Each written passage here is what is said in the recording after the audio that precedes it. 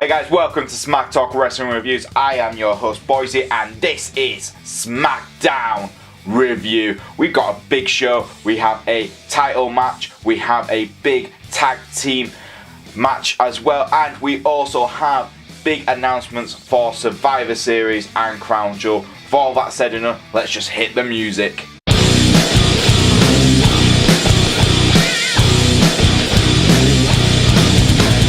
So we kicked off the show with AJ Styles, and it was pretty much a homecoming for AJ. He only lives 60 miles away from the venue, and the crowd were AJ Styles country. Let's be honest, it was great crowd, and he called out Daniel Bryan. Him and Daniel had a few words, a few very harsh words with each other, where AJ actually admitted, you know what happened last week?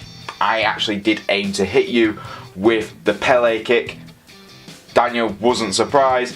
Both men got into a heated debate and they both agreed to put their match on tonight for the WWE title.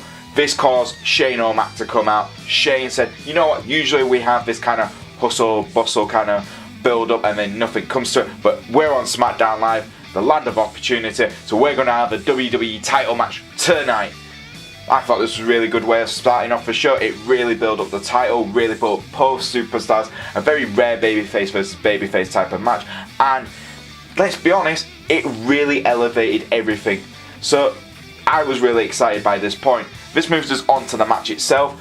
I'm gonna grade everything together because it felt like one whole segment really, and the match itself was brilliant. For a free TV match, this was absolutely brilliant. I was so jealous of the fans who were at the arena because they got to see a lot more than we did. Obviously, we had commercial breaks and everything, but my God, they got to see an absolutely brilliant match, and I just cannot believe WWE give this away for free.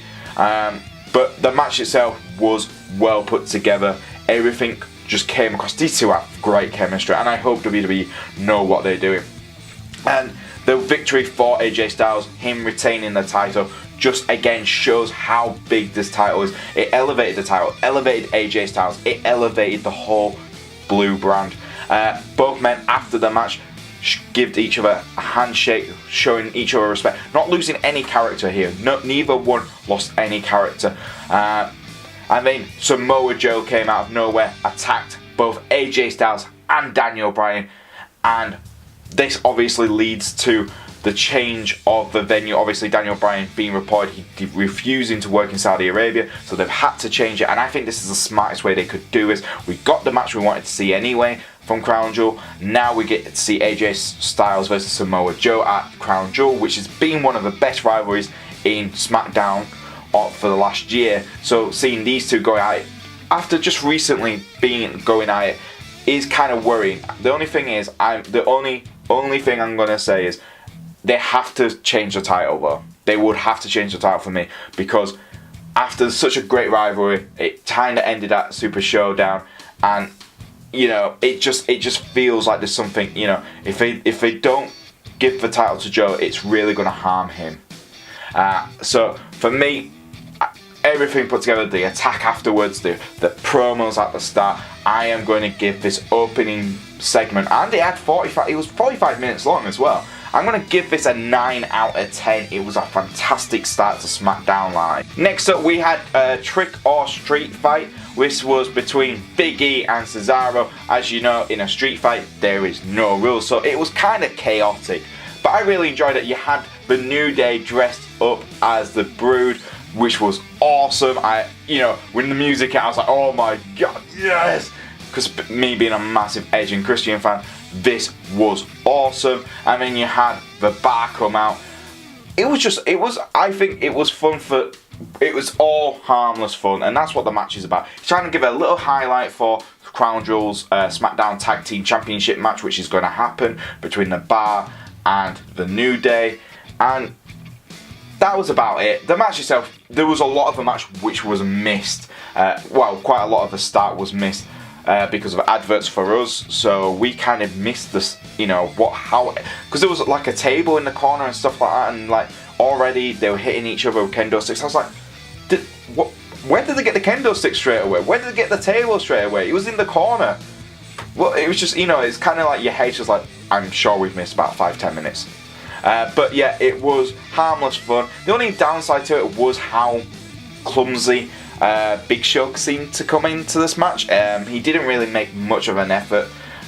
Very poor management of Big Show, but end of the day, it's highlighting a match at Crown Jewel. It's you know, and it's a bit of harmless fun really for this type of year, and it's always a tradition to have this type of match on, you know, Halloween. So for me, I'm going to give it a 6 out of 10 because, you know, the New Day just had a lot of fun with it. Next up, we had Shinsuke Nakamura versus R-Truth. This was supposed to be a title match as well, where it was meant to be Shinsuke versus Ty Dillinger, but unfortunately Ty has a head injury and he was unable to compete this week on SmackDown.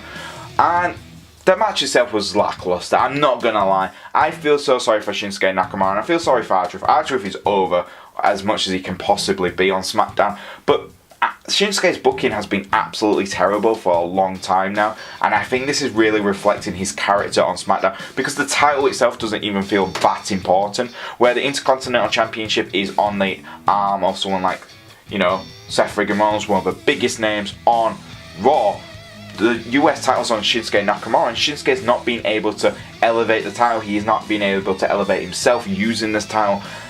It just feels like both the title and the superstar who it's attached to have kind of lost its way, and that's a very big shock for SmackDown because the tag team division is doing so well, the women's division is doing so well, and the main title is doing fantastic right now. It just feels like the second biggest title on the show has just got lost in the shuffle, and that's the same with Shinsuke Nakamura. He's lost a lot coming from NXT to SmackDown, and you can see there's a lot going on there. The match itself, there's not really much to say to it. R-Truth and Shinsuke played a lot of mind games with each other, and then let's be honest, home stretch, Shinsuke just completely took control, beat R-Truth very easily it seems, and he got the victory. They did make a slight announcement. I don't know if it was supposed to make that announcement during the show, but they really did. They said that the US title will be taking on the Intercontinental Champion. So if Shinsuke's still US Champion by the time we get to Survivor Series, he'll probably be taking on someone like either Dean Ambrose or Seth Rollins for Survivor Series. So that's quite an exciting, if that's the case, and we're getting Shinsuke versus Seth Rollins, we know that could be a brilliant match. And same again with Shinsuke versus Dean Ambrose, that could be a brilliant match. But we'll have to see and wait after Crown Jewel. Hopefully we can start getting really built up on Survivor Series, which SmackDown seemed to already started already.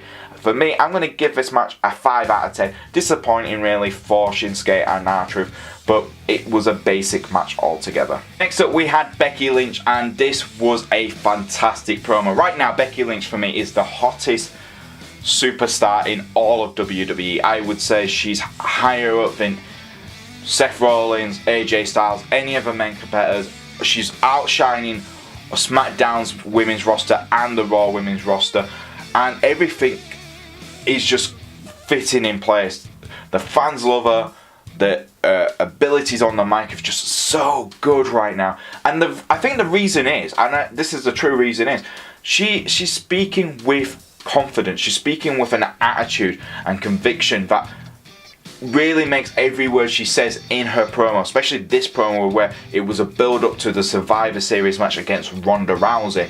It just made us believe everything she was saying, and that is a tribute to how good she is. She's definitely the most improved mic talker in all of SmackDown and Raw. She's just so good on the mic right now, and she's so good with her attitude, and she's really built this character up fantastically. For me, this was brilliant. I cannot wait. I just want to sit back and wait to see Ronda Rousey versus Becky Lynch, because this could be a fantastic match if WWE Creative really put their effort into it like Becky will do. She will really build up this match fantastically. For me, I'm going to give this promo an 8 out of 10. It really built the match. It really got me excited for Survivor Series. I can't wait. I really can't wait for Ronda versus Becky for Survivor Series now. Last but not least, we had a main event which was absolutely built up brilliant. Some fans were on Twitter going, what year is this? We had a tag team match where we saw Jeff Hardy teaming up with Rey Mysterio versus The Miz and Randy Orton. And this, for me, was brilliant. This was a really good match. All four men have great in-ring ability, so it wasn't going to be far out on how good this match was going to be, and I really enjoyed it from start to finish. It was going to be a quick match. With the timescale of the whole show, this match had serious time issues for me. I wish they had an extra 5-10 minutes so we could really have some fun, but altogether, it was a brilliant match. It was a typical tag team match where Jeff Hardy was in the ring for a majority of the start, getting beaten up by Miz and Randy Orton. He finally able to tag in Rey Mysterio, his partner, and that's when the crowd went berserk. They just enjoyed the chemistry between Jeff Hardy and Rey Mysterio. They just automatically always have this great chemistry. I just don't understand. It's like they've just haven't stopped teaming up for years, but they haven't been on the same shows for years and years and years, and yet they just come back on SmackDown and it's like nothing's changed. It's just brilliant.